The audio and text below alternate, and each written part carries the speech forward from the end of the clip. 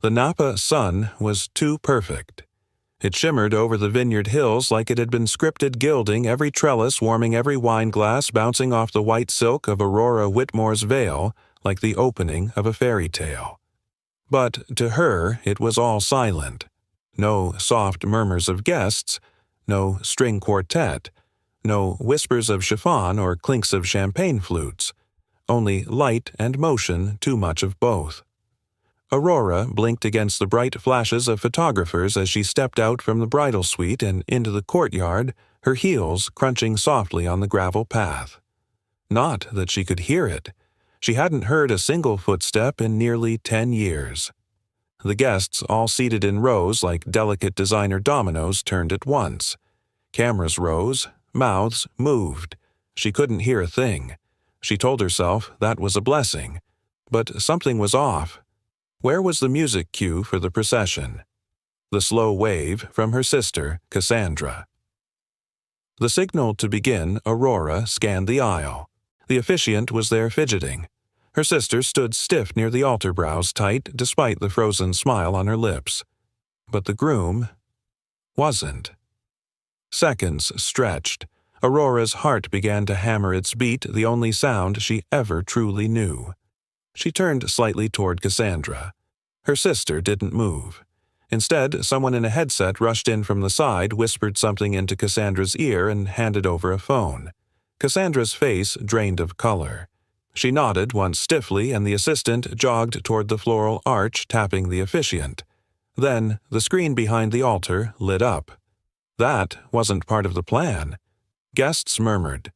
Aurora could see the confusion ripple through the crowd like a silent wave crashing toward her. Her chest tightened.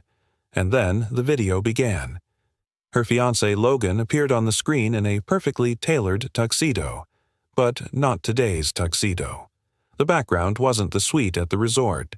It looked like an airport lounge. He stared into the camera with a smirk that made Aurora's stomach drop. Then he said something. Slowly. Deliberately.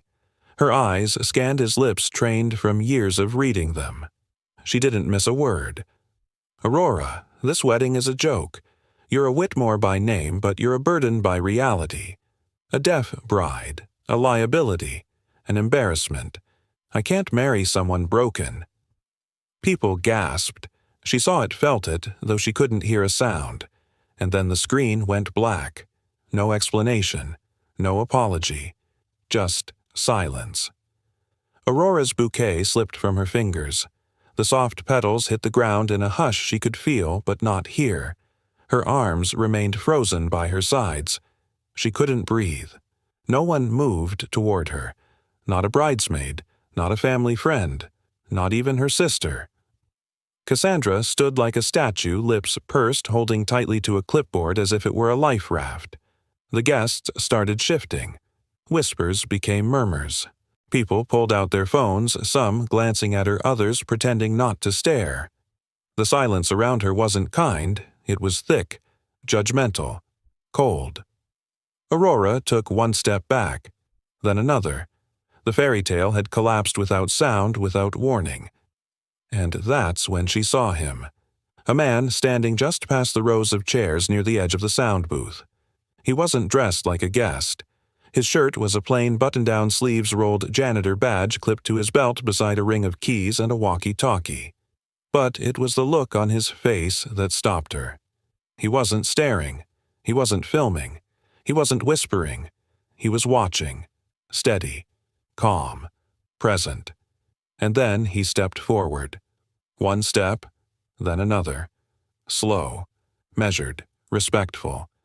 The crowd parted around him without realizing they did. Aurora didn't move. He stopped 3 feet in front of her. No words. Then he raised both hands. Deliberate. Smooth. Sign language. Do you understand this? Aurora's breath caught in her throat. She stared at him. She hadn't used a sign in years, not since she'd learned to lip read to survive in boardrooms and investor meetings. But now, here in front of this stranger. She nodded shakily. Her lips parted, but no words came. He didn't pressure her, didn't ask for more. He just signed again. Would you like to sit? Her hands trembled as she raised them, fingers stiff, out of practice. Who are you? His reply was simple. Gavin. I fix things. Sound, lights, floors, sometimes silence. Her knees gave out, but before she could hit the ground, he stepped forward and caught her gently, firmly. Not dramatic, not showy, just human. He eased her to a nearby bench beneath the arbor where white roses bloomed too loudly in the light. Cassandra finally rushed forward, her face a storm cloud behind tight professionalism. She bent, pretending concern, but her words, her lips were clear. You're making this worse.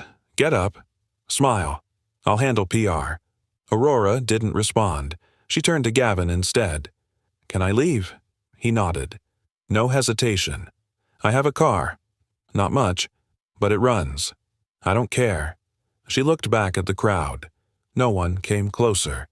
The silent bride stood up, no longer waiting to be saved.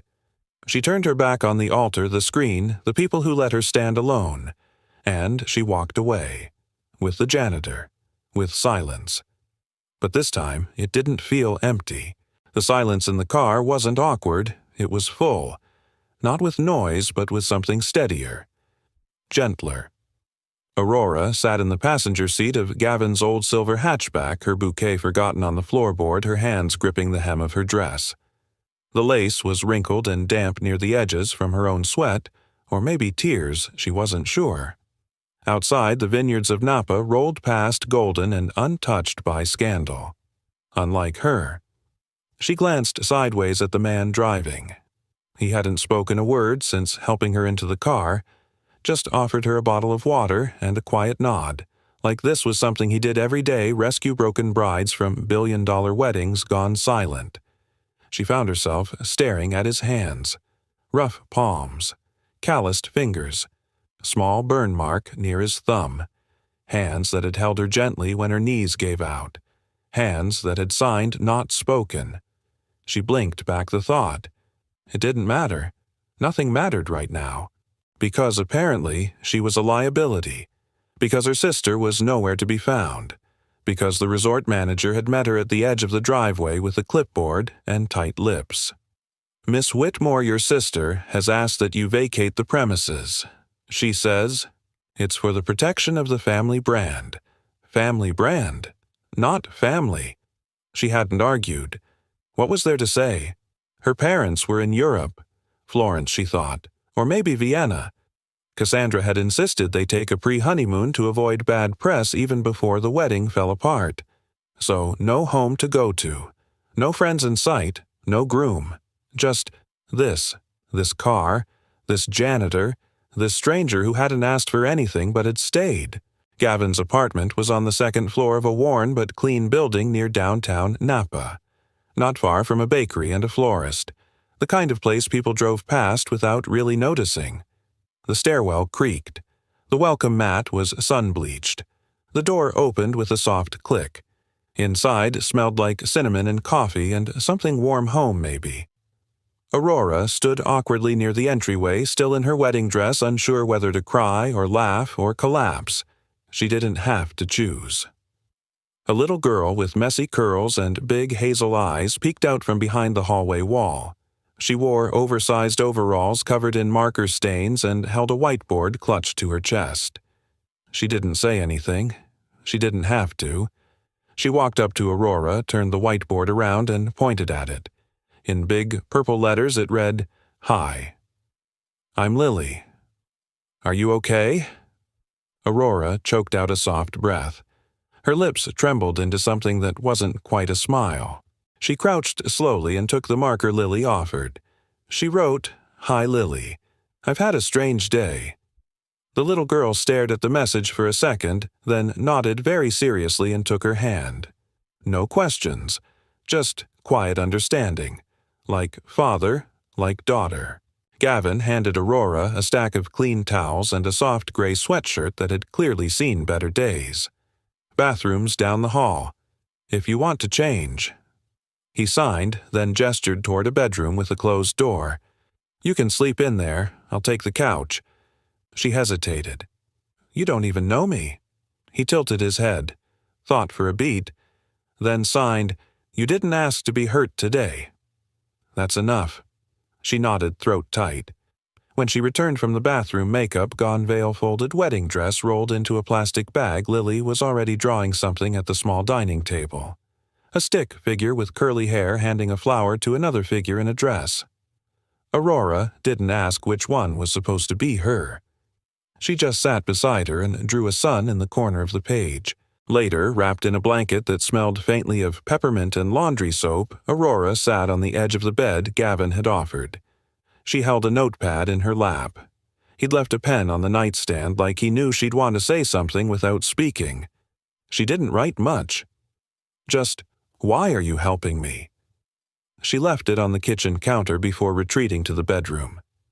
10 minutes later, there was a gentle knock. She opened the door. Gavin stood there holding the note. He didn't say anything at first. Then he looked at her, really looked, like he saw not the mess, not the makeup-stained cheeks or the hollow in her eyes, but something deeper, something worth saving. He raised his hands, slowly, intentionally, because silence is not emptiness, and you deserve happiness. Aurora couldn't breathe. No one had said that to her before. Not like that, not without pity or pretense, just truth. Soft and steady like a hand on your back when the world's too heavy. She didn't answer. She just nodded gently, closed the door, and lay back on the bed. For the first time in nearly a decade, she drifted into sleep without fear of the dark. No nightmares, only quiet. And for once, it didn't feel like loneliness. It felt like beginning again.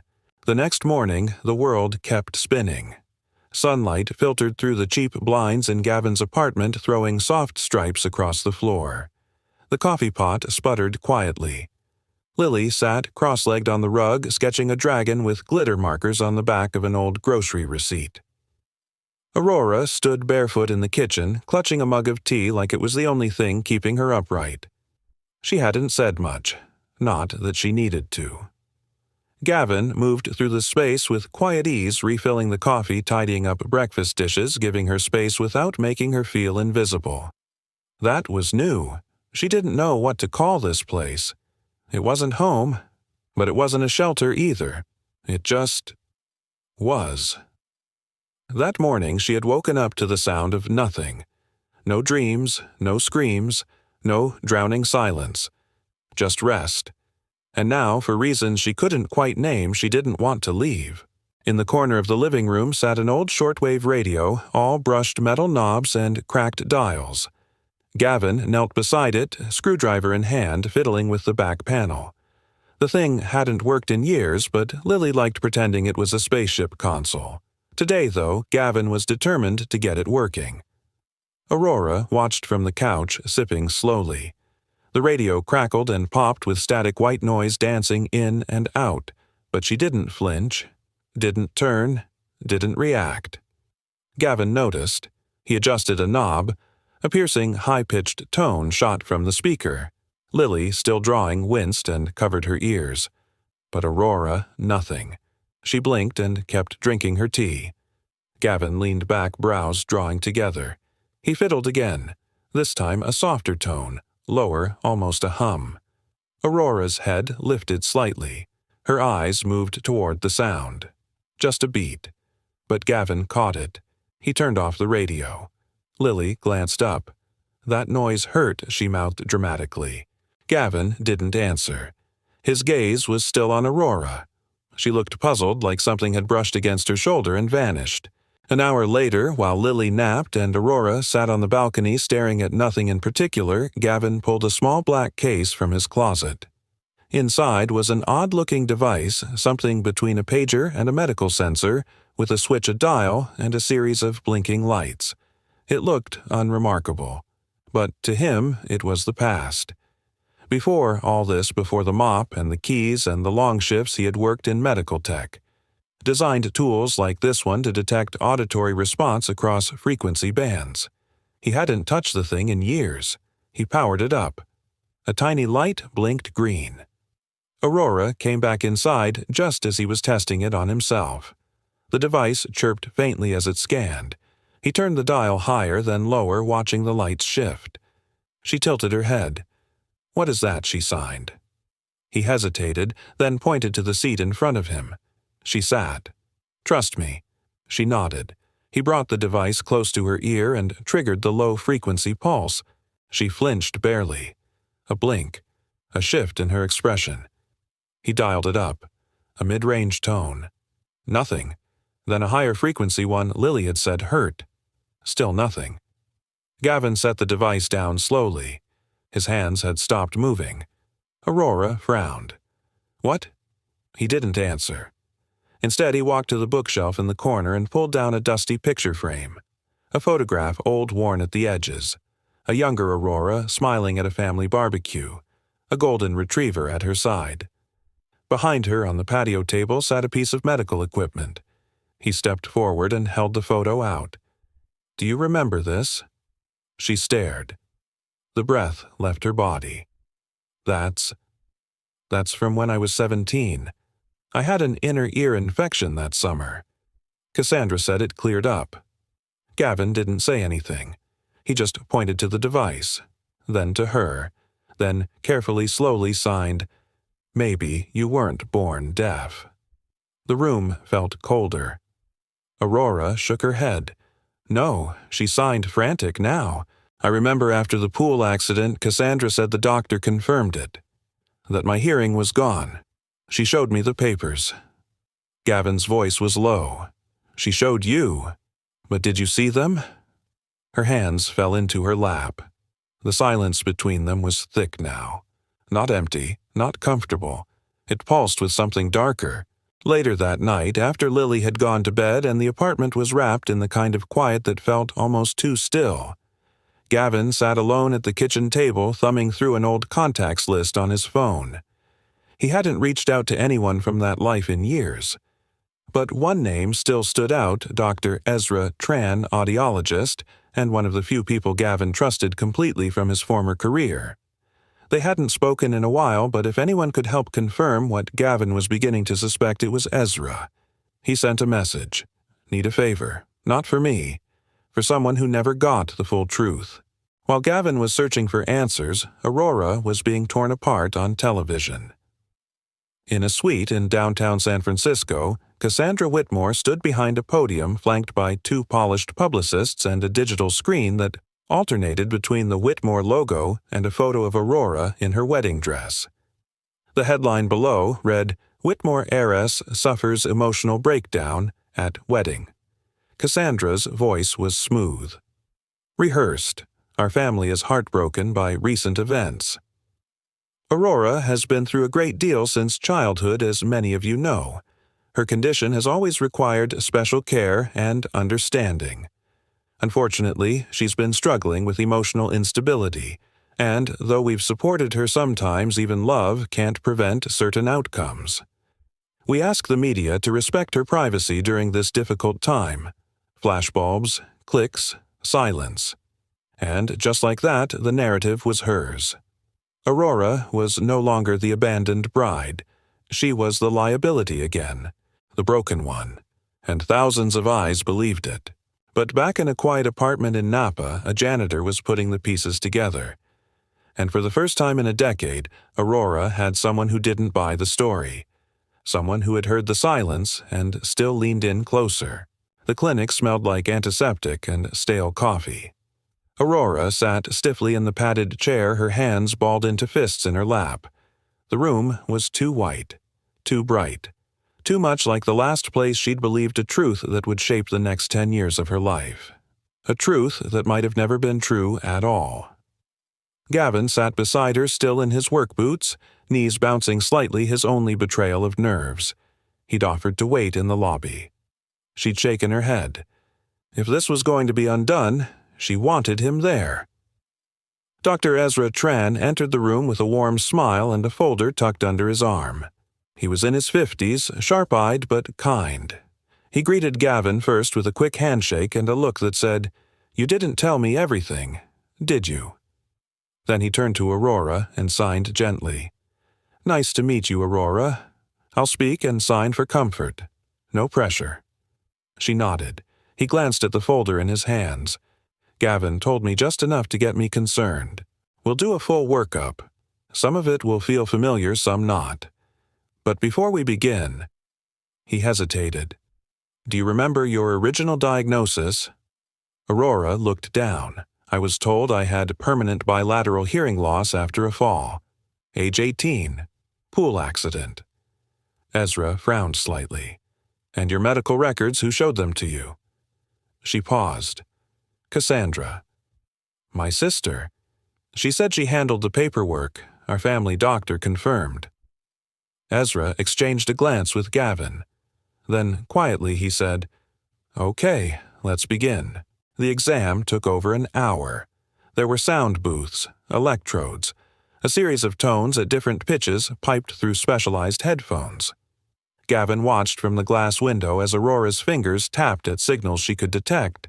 Some low hums, a few mid-tones, but anything above a certain range, silence.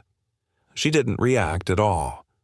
Dr. Tran kept taking notes, his expression growing tighter. When it was done, he led them both into a private consultation room. The lights dimmer here, softer. No clinical hum, just a small potted plant on the windowsill and a kettle warming in the corner. The kind of place designed to deliver hard truths gently. Aurora sat across from him, her fingers gripping the edge of the chair so tightly her knuckles turned white. Ezra folded his hands on the table. Aurora, he began gently, you are not completely deaf. Her breath caught, but she didn't speak. She just stared.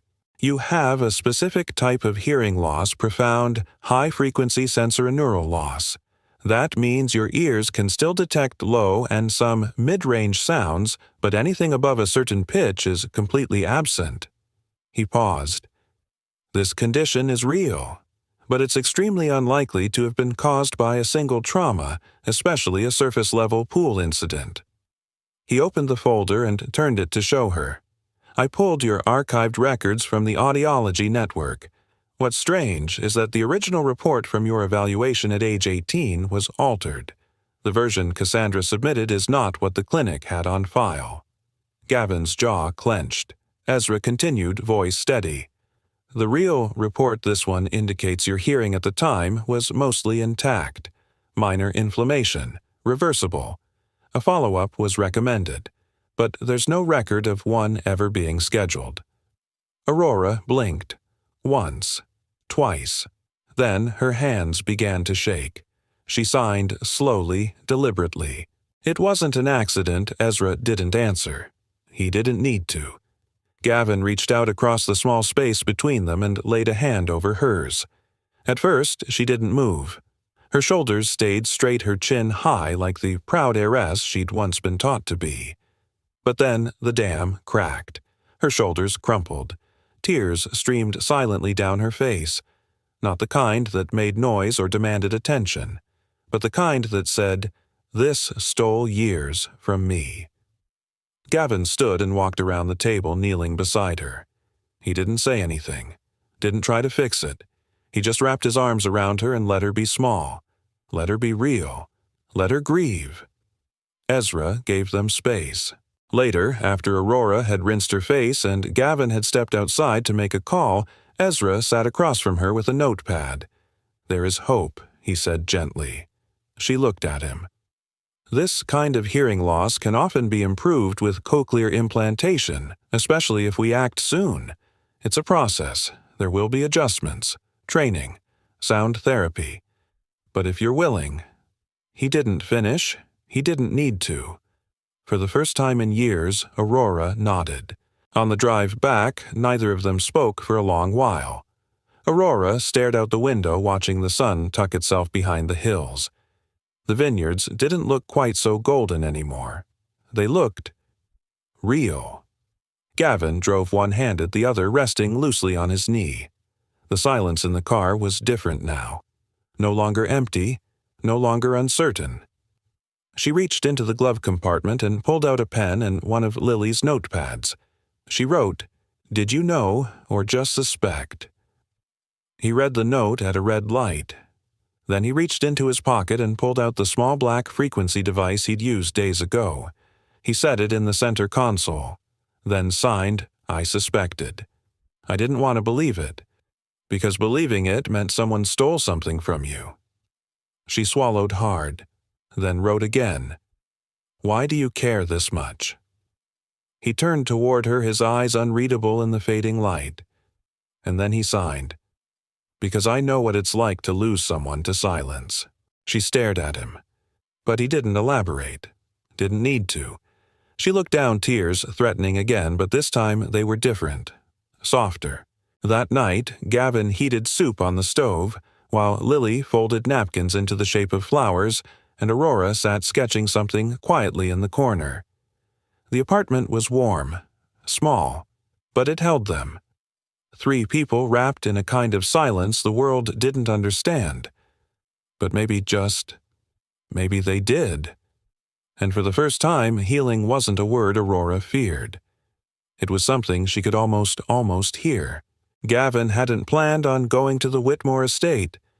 But 2 days after the diagnosis, after Aurora had started drawing again, small sketches, quiet ones, mostly birds and broken stairwells, she'd handed him a single key and written on a torn sheet of paper, "I need to let go, but I can't go back there yet.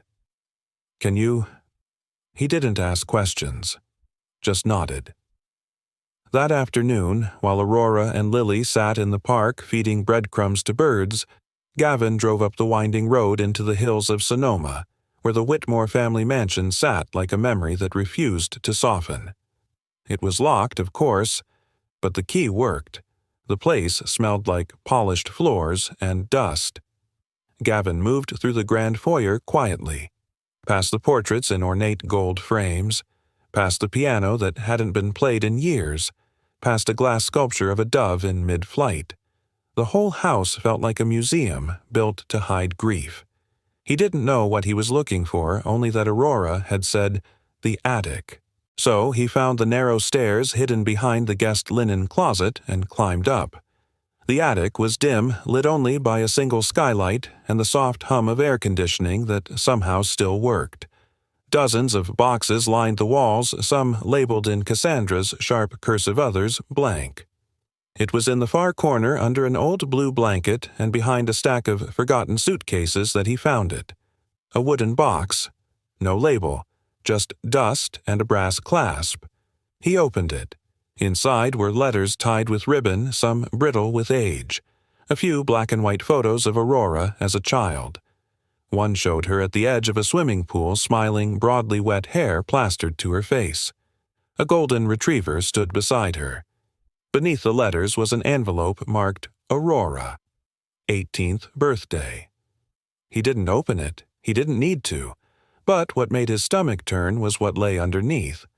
A small white envelope marked Confidential, Audiologist Report, and taped beside it a flash drive. Gavin stared at it for a long time. Then, carefully as if the box might shatter from the weight of its contents, he closed the lid and carried it out of the attic. Back at the apartment, after Lily had gone to bed and Aurora had disappeared into her makeshift studio space on the balcony, Gavin sat alone at the kitchen table with his laptop. He plugged in the flash drive. There was only one file, dated 9 years ago. He hit play. At first it was static. Background noise, shouts a splash, the muffled chaos of a summer day by the pool. Then a voice, sharp, panicked. "Aurora. My head. It hurts, I can't. Cassandra Cass, something's wrong." Her words were slurred, pained. She was gasping. Then a second voice. Soft. Too soft. If you weren't listening carefully, you might have missed it. But Gavin did. Because he knew how to listen in silence. "Shh. It's okay. Just relax. You'll thank me one day for this." A pause. Then more quiet words. "You don't need the noise anymore, Rory." Gavin froze. The audio crackled out. He stared at the screen, his jaw clenched so tight it ached. That wasn't protection. That was erasure. Deliberate. Cold, and it had taken everything from her. He didn't tell Aurora. Not yet. She was still fragile, even if she pretended otherwise. She was stronger than most people realized, but even strong people had limits. And this would tear something open she hadn't even begun to stitch shut. So he tucked the box into the back of his closet next to an old winter coat and a suitcase he hadn't opened since his wife's funeral. He'd wait until she was ready, or until she asked. The next morning, the rain came. Soft, steady, the kind that made the world quiet. Gavin woke early and shuffled to the kitchen. Lily was already up curled in a blanket on the couch with her sketch pad. Aurora stood by the window watching the water trail down the glass like slow-moving tears. She turned when he entered. No words, just a soft smile. He pointed to the kettle. She nodded. A quiet ritual had formed between them, wordless warm. That morning, Gavin did something different. He reached into the cupboard, pulled out the wooden tray Lily had painted sunflowers on, and began laying out cups. Honey, lemon, a small china pot with loose-leaf tea. Then he knelt beside Lily. "Want to learn how to make tea the way your mom used to?" She nodded eagerly. Together they measured the leaves, poured the water, stirred gently. Aurora watched arms folded across her chest, trying not to smile. When Lily proudly carried the tray over to her, Aurora reached for the whiteboard and marker. She wrote, "I think this is the best cup I've ever had." Lily beamed. Gavin sat across from them, his own cup steaming between his palms. For a few minutes, none of them spoke, and none of them needed to. Outside, the rain kept falling. Inside, something else was quietly mending. That night, Aurora drew a picture. 3 figures. One tall with broad shoulders and a mop in hand. One small, curly-haired spinning in a field of stars, and one in the middle. Eyes closed but smiling, listening. It started with a bird. A simple sketch barely the size of a palm penciled into the corner of a page. A bird perched on a windowsill chest, puffed beak open in song. Next to it, 3 figures sat side by side, one tall, one small, and one in the middle, with a pencil in her hand and her eyes closed. Aurora didn't show it to anyone at first. She just left it on the kitchen counter next to Gavin's coffee mug and Lily's crayons like a whisper she wasn't ready to speak aloud. But Gavin found it before breakfast, and when Aurora walked in that morning still rubbing sleep from her eyes, he didn't say a word, just nodded once. The kind of nod that meant I see you. I hear you even here in the quiet. Aurora had always been good with a pencil. Before the silence, before the weight of public image, before Cassandra curated her life like a brand she had dreamed of illustrating children's books.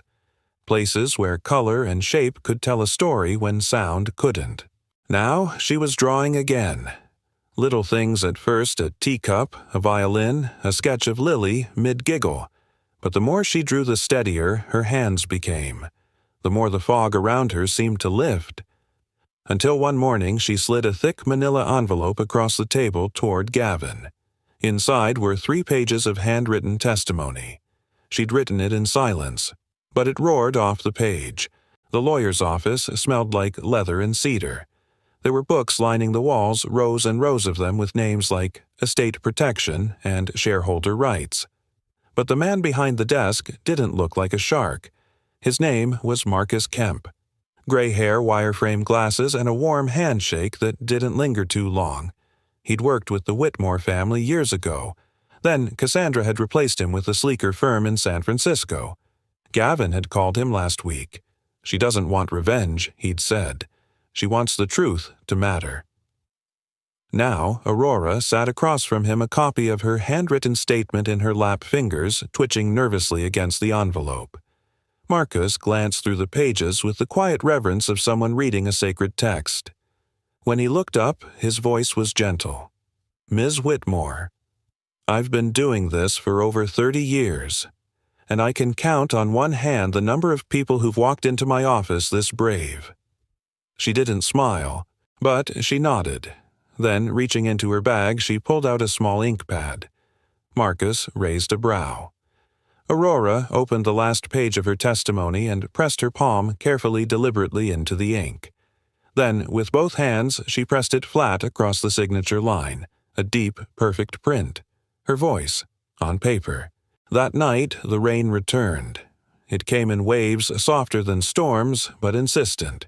It tapped against the windows like a memory trying to be let in. Aurora stood in the living room wrapped in a shawl, staring out through the glass door that led to the balcony. She hadn't said much since the lawyer visit. She didn't need to. She was moving forward. But healing wasn't a straight line, and tonight something inside her twisted. She stepped out onto the balcony. The air was cold, the kind of chill that snuck into your bones without warning. Her hair clung to her neck as the wind curled around her. She leaned against the railing, eyes unfocused. That's when she saw him. Gavin. Crouched in the corner beneath the overhang, his toolbox open sleeves rolled a headlamp strapped to his forehead like a miner. He was soaked to the elbows, tinkering with a small black device in his hands. The implant housing. The one ordered last week, the model customized for her specific hearing range. She blinked. "What are you doing?" She signed from the doorway. He didn't see her at first. Then he looked up and gave a sheepish smile. It was glitching. He said, voice low, lips easy to read. "I figured it out. The damp air's messing with the contacts. I'm reinforcing it." She stepped outside the rain, kissing her cheeks. "You could have waited." He shook his head, holding up the tiny piece of equipment like it was sacred. "You've waited long enough." He adjusted the final screw, then leaned back on his heels, sighing. The rain picked up again, a little colder now. Aurora moved toward him. Gavin stood blinking water from his lashes, his hands trembling slightly from the cold. Then he looked at her, really looked at her, and slowly raised a finger to his own ear. He pointed, then stepped closer. He didn't touch her, didn't assume. Just leaned close enough so she could read his lips. "When you can hear again," he whispered, his voice barely louder than the rain. "I want you to remember the first word I'll say." Her breath caught. She didn't ask what the word was. Not yet. Instead, she nodded once soft. Rain dripped down her face like tears she wasn't sure were hers. Gavin stepped back, handing her the repaired housing in a small dry cloth. Then without a word he turned and walked back inside, his shoulders hunched against the cold. Aurora stood there for a long time, clutching the future in her hands, letting the rain wash over her, listening not with her ears, but with something deeper. Later that night, after the rain had stopped and the apartment had gone still, Aurora sat at the table and opened her sketchbook. She drew 3 panels. In the first, a man alone in the rain fixing something broken. In the second, a girl, not crying but standing in the storm, unafraid. And in the third, a single word left blank, waiting to be heard. The courtroom wasn't grand. No marble pillars or sweeping balconies, just gray walls, fluorescent lighting, and a heavy wooden door that groaned every time someone entered. It didn't feel like the kind of place where reputations were dismantled and truth reclaimed. But for Aurora Whitmore, it was the room where 10 years of silence were about to speak. The hearing was private closed session. No cameras, no press. Just a few key observers, a judge with tired eyes, and a legal team that carried files like weapons. Cassandra Whitmore entered, wearing all white.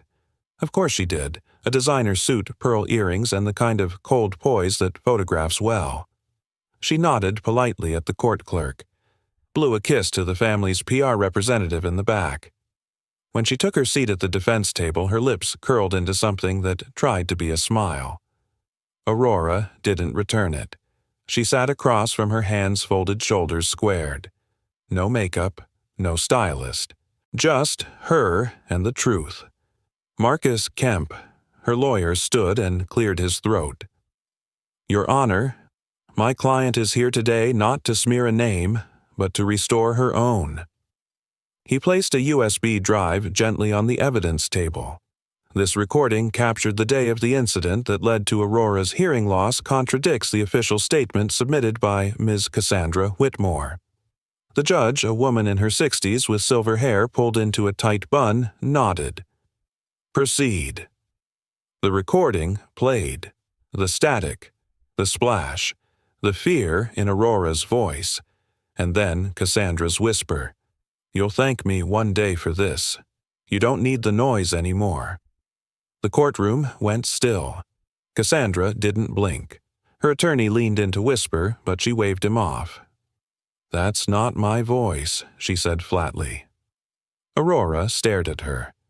Marcus calmly placed a second document on the table, a forensic report confirming the voice match with 98.7% certainty. The judge nodded. Continue. Marcus handed over a timeline of events including the original audiology report signed and dated indicating Aurora's hearing had been largely intact post-accident. Then the falsified version Cassandra had used to control medical decisions. The air grew heavy. Cassandra shifted in her seat for the first time. I was trying to protect her, she said. You don't understand what it was like. The pressure. The family legacy.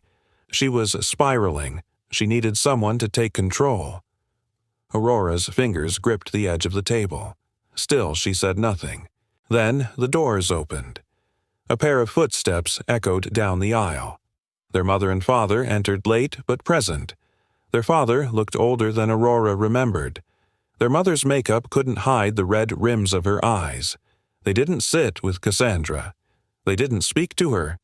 Instead, they walked quietly to the front row and stopped. Her mother's gaze fell to Aurora's wrist, the same medical band she'd worn since she was 18. Frayed, sun-faded, still there. A tremble passed through the woman's hands. She whispered something to her husband, who simply nodded and sank into his seat. Aurora didn't cry. She didn't move, but something broke in her posture, something heavy she'd carried for too long. Then it was Gavin's turn. He stepped forward wearing his janitor's uniform. No suit, no briefcase. Just a clipboard in one hand and a quiet, unshakable calm in the other. He took the stand. The bailiff asked if he would like an interpreter. Gavin shook his head. Instead, he raised both hands slowly, deliberately, and signed toward Aurora. She never needed saving. A pause. Just someone who'd believe she deserved better. The judge stared at him for a long moment, then simply said, "Thank you." That was all he needed. Gavin stepped down, and as he passed Cassandra's table, he didn't flinch. He didn't look. He didn't have to. The decision came swiftly. Cassandra was stripped of all legal authority over Aurora's medical and financial matters. The court moved to restore Aurora's voting rights within the Whitmore Foundation and her full inheritance stake.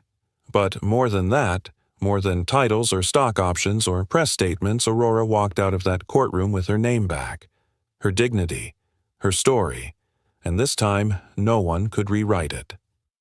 Outside, the air smelled of cut grass and early summer heat. The sun broke through a line of clouds just as Aurora stepped down the courthouse steps. Her parents lingered a few feet behind, unsure. Cassandra had disappeared down a side hallway, her lawyer trailing like smoke. Aurora looked up. The sky was wide and blue. Gavin stood waiting by the sidewalk, Lily's hand in his. When she reached them, Lily held out her sketch pad. A new drawing. 3 stick figures, one with a mop, one with curls, one with a cape. Underneath, in big block letters, "Truth wins." Aurora smiled, then knelt down, took the marker, and added something beneath it, because someone believed it was worth hearing. The room was too quiet, too clean, too sterile.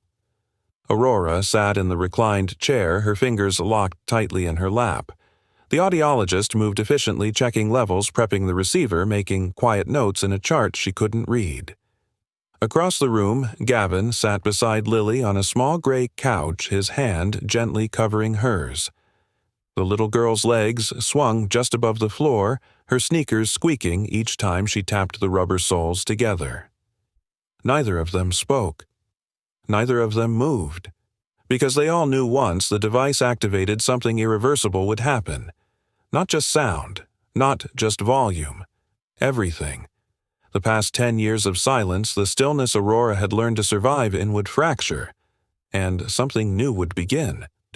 Dr. Ezra Tran entered with a smile and a nod. His presence, always calm, now carried the weight of turning a key Aurora wasn't sure she was ready to turn.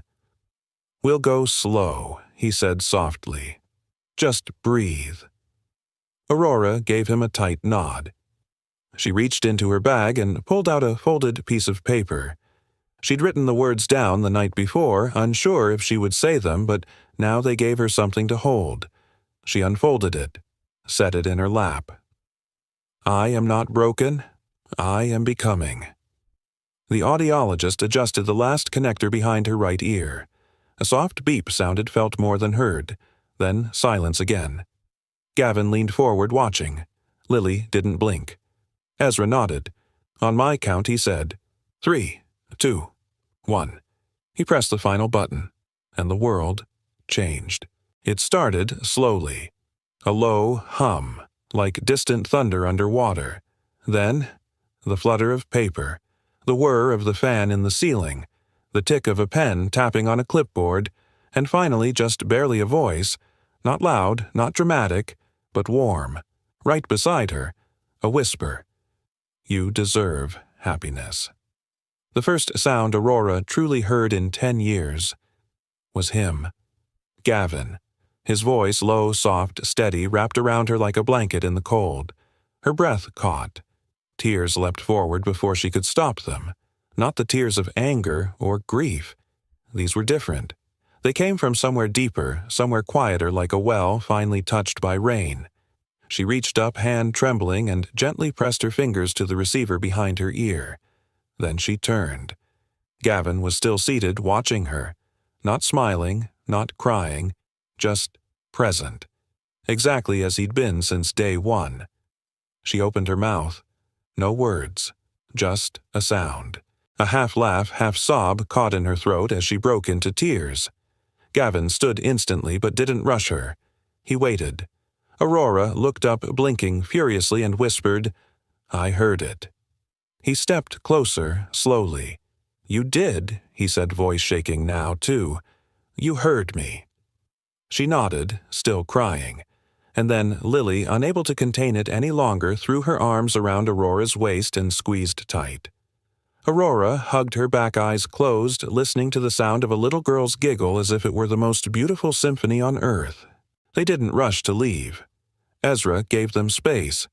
The staff dimmed the lights.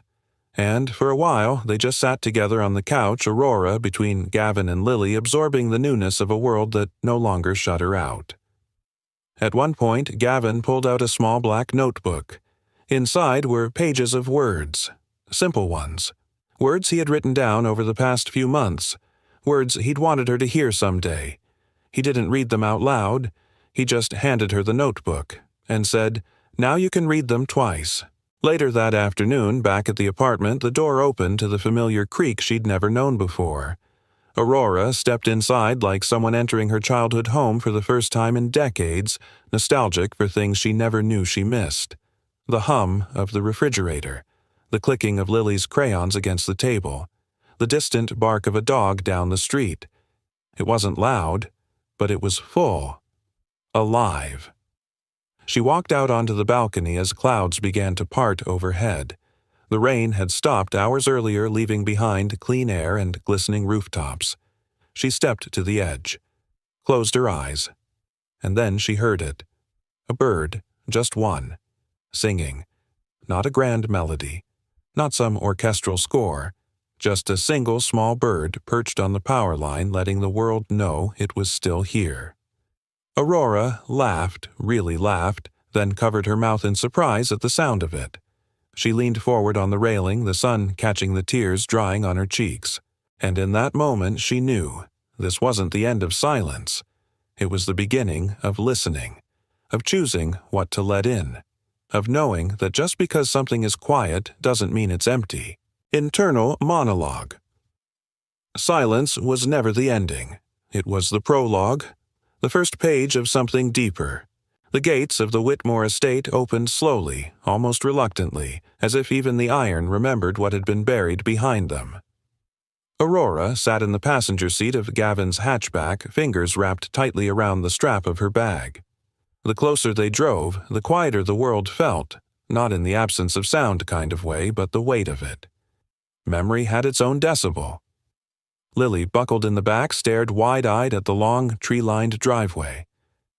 "This is where princesses live," she whispered to herself. Gavin didn't speak. He just kept driving. The mansion emerged at the end of the road like a forgotten dream, towering symmetrical wrapped in ivy that had long outgrown its trimming. The windows caught the morning light, but inside shadows moved more slowly. No cameras, no press, no Cassandra. Just a house, a daughter, a reckoning. The doors opened before they could knock. Aurora's mother stood in the grand foyer wearing a soft gray shawl draped over her shoulders, her hair no longer dyed but silvery and pulled into a low twist. There were no pearls, no heels, just eyes swollen from the kind of crying done in secret. Behind her stood Aurora's father, taller than she remembered though, more bent at the shoulders now. His suit was wrinkled, his watch slightly askew. For once they looked like people, not a brand. No one rushed forward, no dramatic embrace, just silence. Then Aurora stepped over the threshold, and the house inhaled her presence like it had been holding its breath for years. Her mother's lips trembled. Her gaze fell downward, stopped suddenly. Aurora followed her eyes. The band. Still there. The same medical bracelet she'd worn since she was 18. Frayed. Smudged. The name barely legible anymore. A symbol of the truth no one had cared to uncover. Her mother took a step forward. She reached out, not to touch, not to fix, but to see. Her fingers hovered above the bracelet like it was glass. And then, quietly, she broke. Tears streamed down her face and she pressed both hands to her mouth to keep the sound in. Her father stepped beside her, steadier but no less shaken. He didn't cry, but his hand reached out and landed gently on Aurora's shoulder. He looked her in the eyes and said simply, "We should have listened. We will now." Aurora blinked hard, then nodded. They moved to the sitting room, not the formal one with gilded mirrors and untouched couches, but the smaller room, the one they used when she was little before everything became press releases and perfect angles. Gavin helped Lily with her backpack and nodded toward the hallway. "Why don't we go see the piano?" he asked. Lily beamed. The Whitmore Music Room had once hosted galas, quartets, and private concerts. Now it sat covered in a thin veil of dust, the black grand piano looming like a memory waiting to be touched. Lily climbed onto the bench legs dangling. She lifted the fallboard and hesitated. Then she pressed a single key, middle C. The note hung in the air, clear, full, slightly out of tune, but alive. She pressed another, then another. Soon a soft, meandering melody filled the halls. Not practiced, not polished, just felt. Gavin stood behind her watching. Back in the sitting room, Aurora sat across from her parents. The three of them like satellites in their own orbits trying to remember how to share gravity. Her mother spoke first. "We didn't know how to raise a daughter we couldn't protect." Aurora tilted her head. "So you let Cassandra control me instead." There was no anger in her voice, just clarity. Her father nodded slowly. "We thought if someone took charge, if someone kept the machine moving, it would be easier." "It was never easy," Aurora said. Her mother reached for her hand but stopped short. "We don't deserve forgiveness," she whispered. Aurora looked toward the sound of Lily's music in the distance. It's not about deserving. It's about choosing what comes next. They all sat in the stillness of that truth. Eventually, Gavin and Lily returned. Lily ran to Aurora and tugged her sleeve.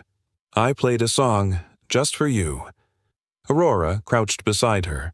"I heard it." Lily's eyes widened. "You heard it."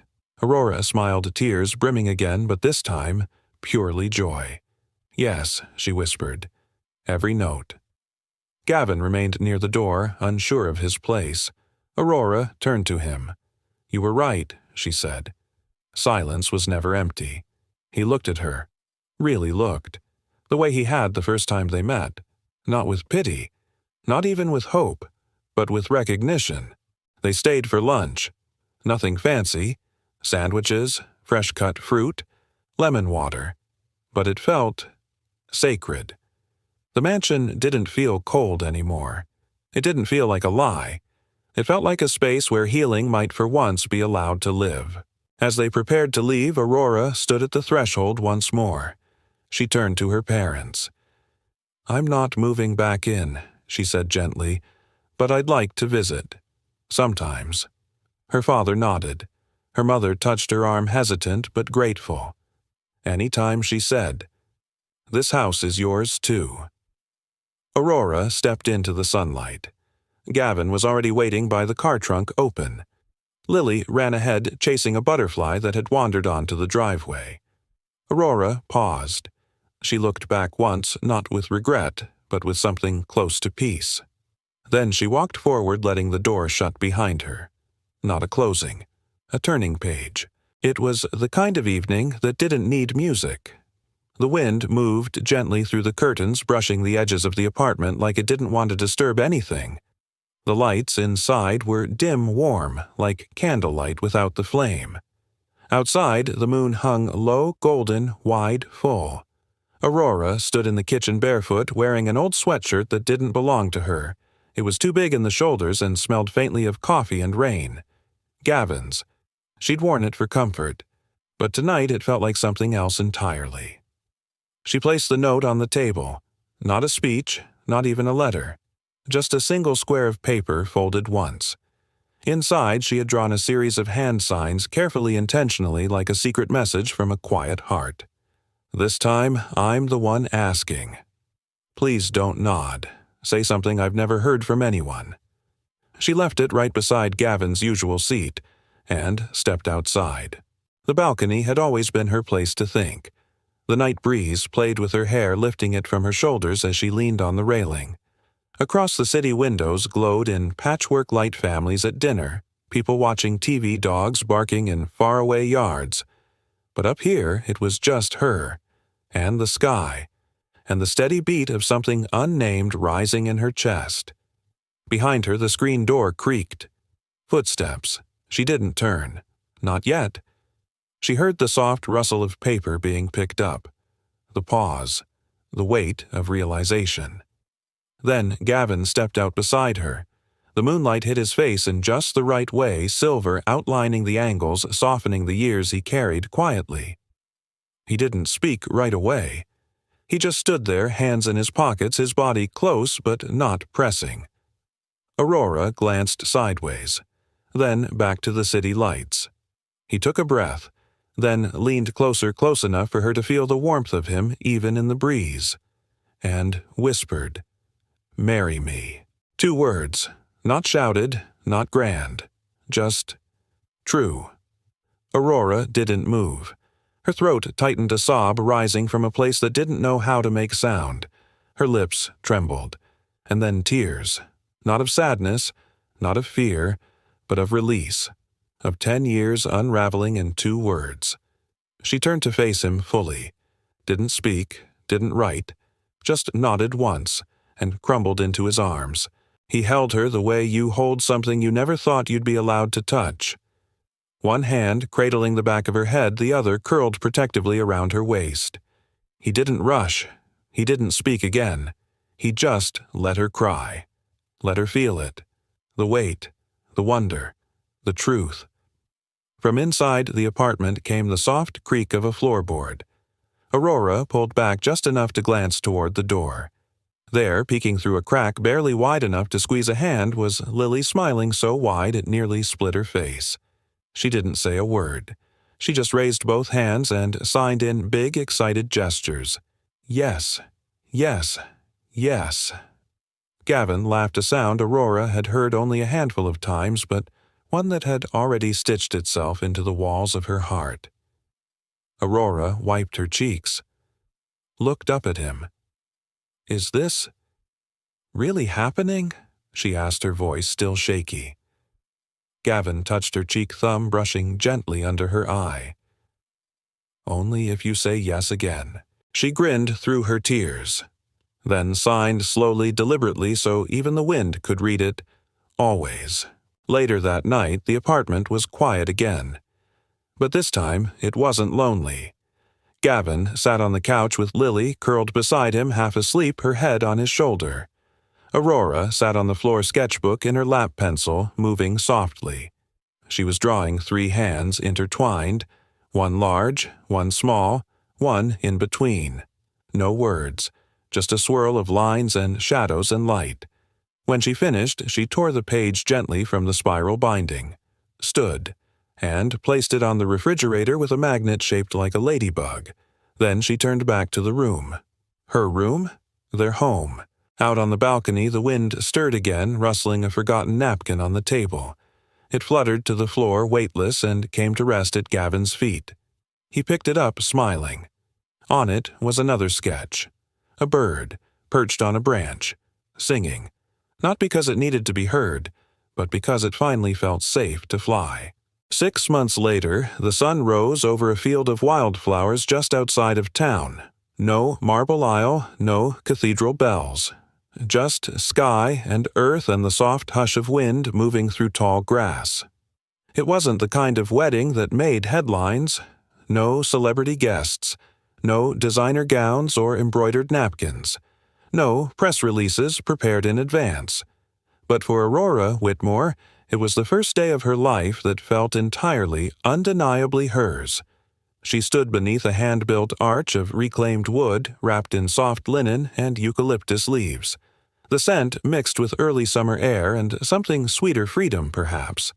Her dress was simple, soft ivory, no train, no corset, just a flowing silhouette that moved when she did. Her hair was down, brushed back with tiny pearl pins Lily had picked out herself from a local craft shop. And Gavin. He wore a crisp, white shirt sleeves, rolled a single wildflower tucked behind one ear. Lily's idea, of course. He stood at the center of the clearing, hands clasped behind his back, waiting not for a bride he'd claimed, but for a partner he chose. Lily stood between them in a pale yellow dress and sneakers, holding a small bouquet she'd made from whatever flowers she could gather that morning. She took her role as maid of honor very seriously, but not too seriously to grin, like the sun was watching. The chairs were mismatched, borrowed from neighbors' friends, and the tiny cafe Gavin once cleaned on weekends. A small speaker played soft acoustic guitar in the background, the kind that felt more like memory than music. There was no altar, no aisle, just a path of flat stones leading through the grass. And Aurora, walking it slowly, her bare feet brushing against clover, her heart pounding in rhythm with the soft wind. Gavin watched her like a man seeing color for the first time. When she reached him, she didn't take his hand immediately. Instead, she turned to the small group seated before them. Gavin's co-workers, a few of Aurora's old professors, the elderly couple from the bookstore, Dr. Tran from the clinic, and Marcus Kemp, who stood with tears unapologetically in his eyes. At the edge of the field, her parents sat on a picnic blanket. No suits, no cameras, just quiet smiles and a kind of reverence. Aurora took the mic from its simple wooden stand. Her hands trembled. She glanced at Gavin, then Lily, then closed her eyes. When she spoke, her voice was soft, unpolished, still new in its strength. I spent a long time in silence. A breeze danced past, lifting the hem of her dress. At first I thought that silence meant something had been taken from me. But then I met people who listened even when I didn't speak. Her eyes met Gavin's. They taught me that silence isn't the absence of love. It's the beginning of it. The space where trust grows, where truth waits patiently. She swallowed, and then said, her voice firmer, "Now I choose this sound, to begin again." And with those words, a bird took flight from the nearby tree line. Its song filled the air, clear, vibrant, alive. Lily gasped, clapping her hands over her mouth. Gavin looked up, blinking back something behind his eyes. Aurora smiled, and for a moment no one moved, because sometimes the universe answers gently, in feathers and melody. There was no priest to pronounce them, no officiant to read their vows. But Gavin stepped forward and took both of Aurora's hands.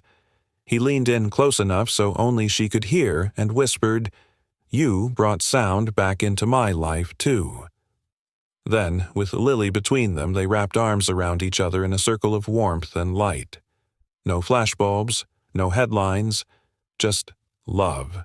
Undeniable, undocumented, real.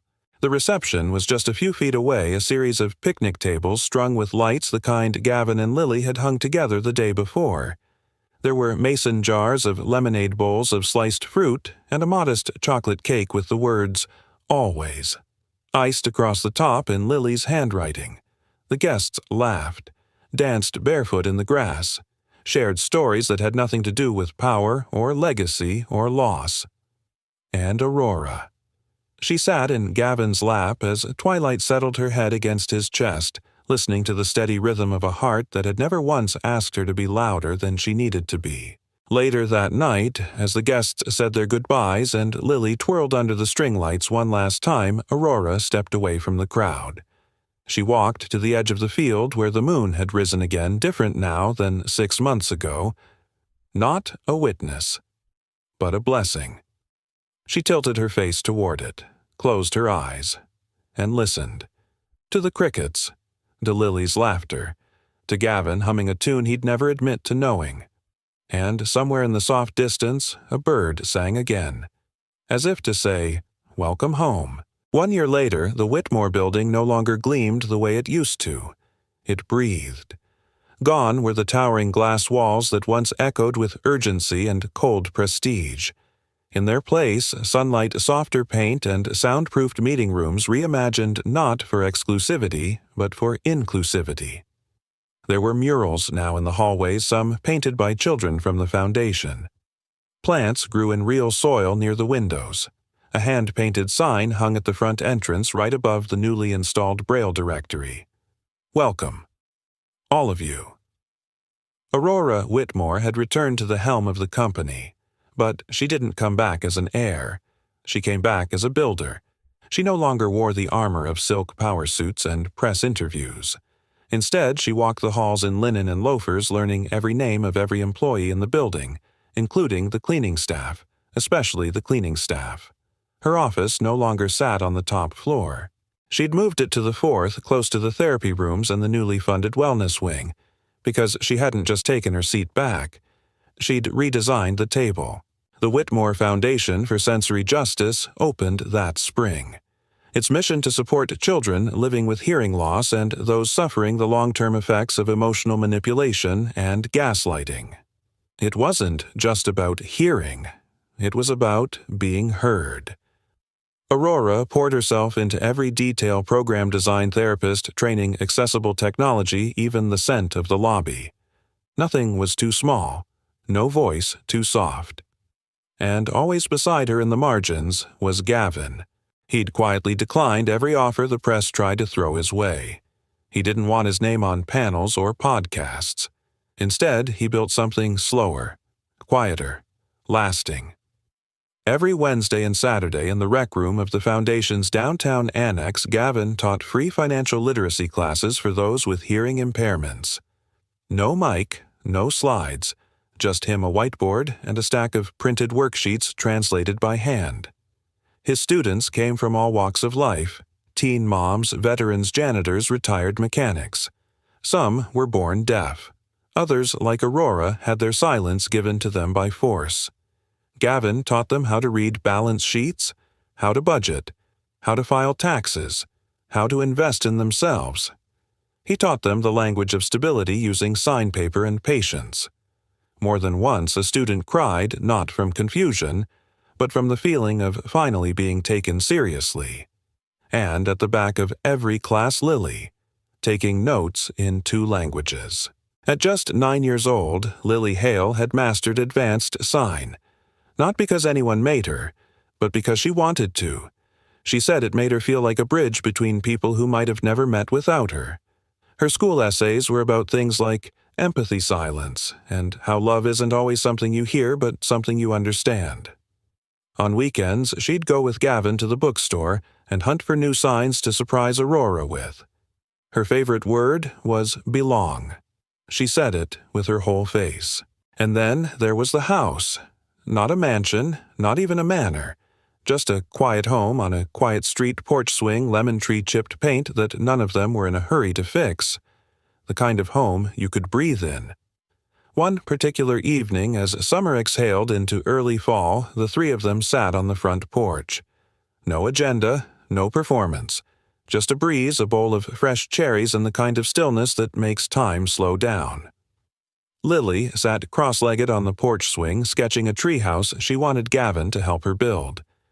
Aurora leaned against the railing, a soft cardigan draped around her shoulders, her bare feet curled under her on the bench. The wind played with her hair. Her hearing device was off intentionally, not because she feared the world, but because she no longer feared the silence. Gavin sat beside her, a hand resting gently on her knee. He'd been quiet for a while, eyes closed, simply being.